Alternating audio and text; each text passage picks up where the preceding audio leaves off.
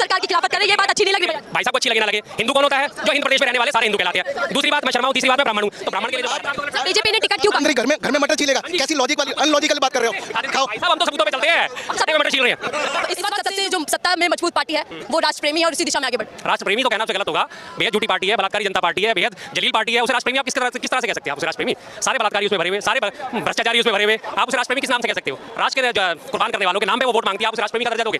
2019 का चुनाव सबको याद होगा, जब पुलवामा हमला हुआ था। पुलवामा हमले के बाद हर मोदी जी के हर स्पीच में आपका पहला वोट युवाओं का पहला वोट राष्ट्र के नाम, शहीदों के नाम पे वोट मांगना राष्ट्र में। बताइए कहां से राष्ट्र में? रही बात इन्होंने भाई साहब ने पूछा राष्ट्र आया कहां से? राष्ट्र की उत्पत्ति आज से थोड़ी है, जब राष्ट्र नहीं तो उससे भी बहुत पहले से है। तो संस्कृत का प्राचीन शब्द है, हिंदी का प्राचीन शब्द है, हिंदी तो खैर बहुत बाद में आई है, उससे भी पुराना संस्कृत का शब्द है राष्ट्र। राष्ट्र का मतलब होता है एक भौगोलिक स्थिति के अंदर रहने वाले लोग होते हैं, जिसमें माताएं बहनें रहती हैं, जिसमें आदमी रहते हैं, जिसमें सब तरह की गतिविधियां होती हैं, आर्थिक व्यापारिक हर तरह की गतिविधि, उसे सारे को मिलाकर भूगोल को उसे राष्ट्र कहा जाता है। और राष्ट्र की उन्नति का मतलब ठीक है, हर एक व्यक्ति की उन्नति राष्ट्र की उन्नति है। अगर मेरी एक के बाद एक चैलेंज आता है। राष्ट्र जो कह रहे हैं आप, राष्ट्र के पहले क्या था उसका नाम बता दीजिए, जो संस्कृत में था उसको आप काट के निकाल दिया, थोड़ा उसका पूरा नाम लीजिए। तो कौन सा राष्ट्र था? कौन सा राष्ट्र?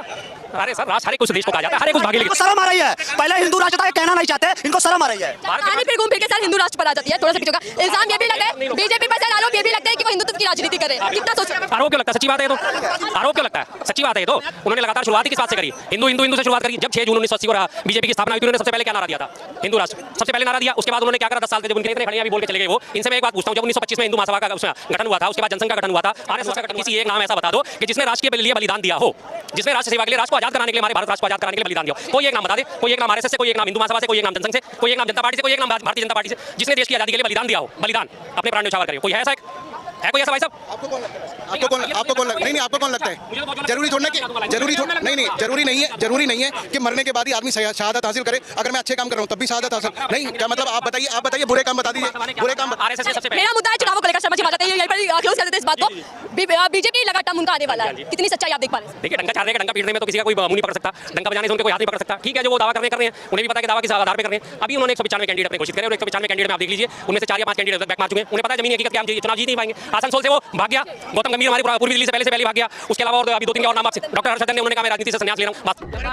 महबूबा मुफ्ती के साथ सरकार बनाओगे? अबे देश को गुमराह कर रखा है, अबे देश को गुमराह कर रखा है। शाबाश बेटा, देश को गुमराह कर रखा है उस देशद्रोही के साथ। देश में गुमराह है, गुमराह बनाते हो तुम इस देशद्रोही के साथ में बैठ के। गजब बेइज्जती है। तो कागज को तिरंगा किसने लहराया भैया? नाम बता दो। सुनो भाई, देखो राम को लेकर आए हैं, सुनो राम को लेकर आए हैं, बहुत अच्छी बात है। कृष्ण जी को लेकर आए हैं, बहुत अच्छी बात है। भाई ये बता दो काला धन कब लाओगे? बेरोजगारी कब हटाओगे? अरे बाप रे, ये तो धोती खोल रहा है। भाई मेरी बात सुनो। नहीं, मेरी उम्र 12 साल है, मैं 14 में पैदा हुआ था। मेरी उम्र 12 साल है, मैं 14 में पैदा हुआ था। भाई आपने सही कहा, जितना भी अनुभव करने लगा 14 में पैदा हुआ था भाई। 14 में जम्मू कश्मीर में सुनो यार मेरी बात तो सुनो भाई, ये कर्नाटक नहीं था, 14 में बना है। ये सब 14 में निर्माण हुआ है सारा, नाम बना है मेरे भाई। ठीक है, तिरंगा कहाँ लगा? तिरंगा कहाँ लगा? अरे राजीव, अरे लाल किले अरे बताओ राहुल गांधी ने कहा झंडा लहराया? उसी श्रीनगर में हो गया, भगवान करे एडजस्ट कर लोगे।